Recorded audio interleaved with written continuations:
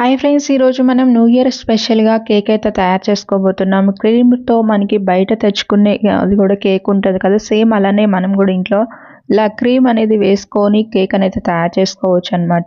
ఈ డిజైన్ కూడా చాలా సింపుల్ గానే ఉంటది. ఫస్ట్ టైం కదా, ఎప్పుడు తయారు చేయలేదు, ఎలా ఉంటుందో అని కష్టం అనుకుంటారేమో. ట్రై చేస్తే ఏదైనా కష్టం అనిపించదు, చాలా సింపుల్ గానే ట్రై చేయొచ్చు. ఈ న్యూ ఇయర్ కి మీరు కూడా ట్రై చేసి ఒకసారి ఇంట్లో సర్ప్రైజ్ చేయండి, చాలా బాగా ఫీల్ అవుతారు అందరు కూడా. చూస్తున్నారు కదా, ఇది ఇప్పుడు ఎలా తయారు చేసుకోవాలనేది ప్రాసెస్ అంతా చూసేద్దాం. ఫస్ట్ టైం చూస్తున్నట్లయితే మన ఛానల్ సబ్స్క్రైబ్ చేసుకుని ఛానల్ లైక్ చేయండి.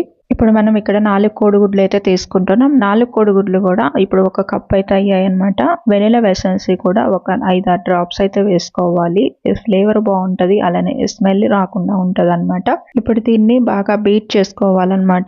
ఇక్కడ చూస్తున్నారు కదా, కలర్ ఇలాగా వచ్చేంత వరకు, బబుల్స్ అనేది ఇలాగా బాగా వచ్చేంత వరకు చేసుకున్న తర్వాత ఇప్పుడు నెక్స్ట్ దీంట్లోకి పంచదార అయితే వేసుకుంటున్నాం. పంచదార కూడా మనం ఇక్కడ ఒక కప్ అయితే తీసుకున్నాం. అది కూడా ఇదే కప్పుతో కోడిగుడ్లు ఒక కప్ అయితే అయ్యాయి కదా, అందుకే పంచదార కూడా ఇలానే కొంచెం కొంచెంగా వేసుకుంటూ బీట్ చేసుకోవాలన్నమాట. చూస్తున్నారు కదా, ప్రాసెస్ అంతా కూడా ఇలాగా మనకు వచ్చేంత వరకు కూడా బీట్ చేసుకోవాలి. ఇలా బీట్ చేసుకున్న తర్వాత ఇప్పుడు నెక్స్ట్ దీంట్లోకి ఇప్పుడు ఇది పక్కన పెట్టేసుకొని ఇప్పుడు మనం దీంట్లోకి గోధుమ పిండి అయితే ఒక కప్పు తీసుకుంటున్నాం. అంటే గోధుమ పిండి కూడా ఇప్పుడు మనం ఏదైతే క్వాంటిటీతో తీసుకున్నామో, ఎగ్స్ అలానే చూసి పంచదార, అలానే ఇప్పుడు దీన్ని కూడా ఇదే కప్పుతో తీసుకోవాలి. బేకింగ్ పౌడర్ 1 స్పూన్ వేసుకొని దీంట్లోకి బేకింగ్ సోడా కూడా ఒక పావు స్పూన్ వేసుకొని ఈ పిండిని ఒకసారి కలుపుకోవాలి. కలిసేంత వరకు కలుపుకున్న తర్వాత కోడిగుడ్లు పంచదార ఇందాక కలుపుకున్నాము కదా, ఇప్పుడు దాంట్లోకి గోధుమ పిండి కొంచెం కొంచెంగా వేసుకుంటూ గెంటతోనే ఇక్కడ నుంచే కలుపుకోవాలన్నమాట. పిండి ఒకేసారి వేయకుండా కొంచెం కొంచెంగా వేసుకుంటూ పిండి మొత్తం కూడా కలిసేంత వరకు కూడా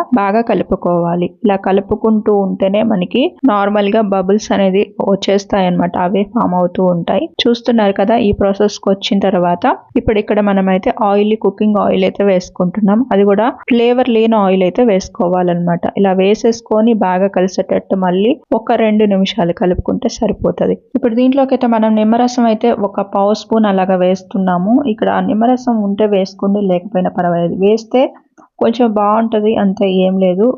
మనకి అది కూడా బబుల్స్ అనేది బాగా వస్తుంది. అది బేక్ అయ్యేటప్పుడు కూడా బాగా బేక్ అవుతుంది అనమాట. ఇప్పుడు మనకైతే తయారైపోయింది అనమాట. చూడండి ఎలాగా బబుల్స్ గా ఎలాగా వస్తున్నాయో అలా వస్తుంది అనమాట. అది కూడా స్పాంజీ కేక్ లాగా తయారైపోతుంది. ఇప్పుడు గిన్నెలోకి అయితే మనం ఇలాగా మొత్తం కూడా బటర్ పేపర్ అయితే వేసుకొని కొంచెం ఆయిల్ అయితే పైన అలా రాసుకొని దాని తర్వాత మొత్తం కూడా వేసేసుకున్న తర్వాత మనం అయితే ఓవెన్ లో అయితే పెడుతున్నాం. అది కూడా ఓవెన్ లో పెట్టేటప్పుడు కూడా ఫ్రీ హీట్ అయితే ఒక 10 నిమిషాలు అయితే చేసుకోవాలి. 10 నిమిషాలు ఫ్రీ హీట్ చేసుకున్న తర్వాత 180 degrees లో పెట్టుకొని ఇప్పుడు మనమైతే ఇక్కడ 40 నుంచి 45 నిమిషాలలో మనకి బేక్ అయిపోతుంది అనమాట. ఒకసారి చాకు పెట్టి చూసుకోవాలి. 40 నిమిషాలకి ఏం అంటుకోవట్లేదు అంటే రెడీ అయిపోయినట్టు. కొంచెం అంటుకుంటుంది అంటే మళ్ళీ ఒక 2-3 నిమిషాలు పెట్టుకొని చూసుకుంటూ ఉండాలి. చూసారా, రెడీ అయిపోయింది. ఇప్పుడు మనం క్రీమ్ అయితే తయారు చేసుకుందాం.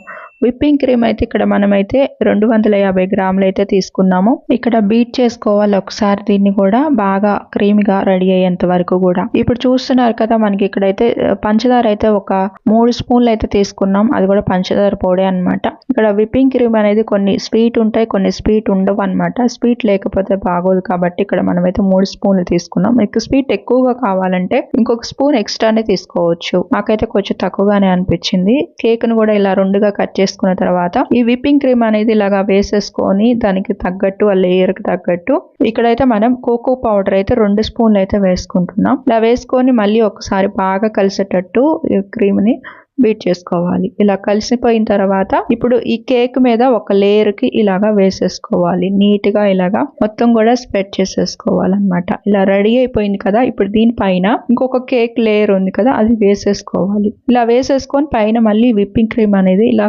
వేసేసుకొని నీట్ గా ఇప్పుడు దీనిపైన మనకి ఇష్టం వచ్చిన డిజైన్ అనేది ఏదైనా వేసుకోవచ్చు. ఇప్పుడైతే మనం ఇక్కడ న్యూ ఇయర్ అయితే రాసుకుంటున్నాం. హ్యాపీ న్యూ ఇయర్ అని 2026 అని రాస్తున్నాము.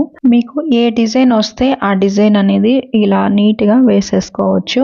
ఇక్కడ మనం ఇది కూడా ఎలా వేస్తున్నామంటే ఆ విప్పింగ్ క్రీమ్ లోనే ఇక్కడ మనమైతే కోకో పౌడరే డార్క్ ఉంటుంది కదా, అది వేసుకొని దాన్ని బాగా కలుపుకున్న తర్వాత ఇలా ఒక కవర్ లోకి వేసేసుకొని కోన్ లాగా తయారు చేసుకొని వేసుకుంటున్నాము. చూస్తున్నారు చూస్తున్నారు కదా స్టార్ గుర్తులు అయితే మనం ఇలాగా వేసేసుకున్నాము. కోకో పౌడర్ తోనే ఇలా తయారు చేసుకున్నాం. ఇది కూడా జేమ్స్ ఉన్నాయి కదా జేమ్స్ అలా వేసేసుకొని ఇలా పైన కొంచెం కలర్ గా డిజైన్ గా చెర్రీస్ ఒక 2 అంటే ఒకటి కట్ చేసుకొని ఇలాగా 2 ముక్కలుగా అలా పెట్టుకున్నాము. ఫైనల్ గా మన కేక్ అయితే రెడీ అయిపోయింది. ఇలా ఫస్ట్ టైం మా ఇంట్లో కూడా తయారు చేయటం, అంటే కేక్ ఆల్రెడీ తయారు చేసుకున్న మన ఛానల్లో కూడా ఉంది, కానీ ఇలా తయారు చేయటం ఫస్ట్ టైం. నేనైతే చాలా సర్ప్రైజ్ గా ఫీల్ అయ్యాను. మీరు కూడా ఒకసారి ట్రై చేయండి. మీకు కూడా కొత్తగా చేస్తుంటే చాలా బాగా హ్యాపీగా ఫీల్ అవుతారు. అందరికీ కూడా అడ్వాన్స్ హ్యాపీ న్యూ ఇయర్. మన ఛానల్లో ఉన్న వాళ్ళు, కొత్తగా చూసే వాళ్ళు అందరికీ కూడా హ్యాపీ న్యూ ఇయర్.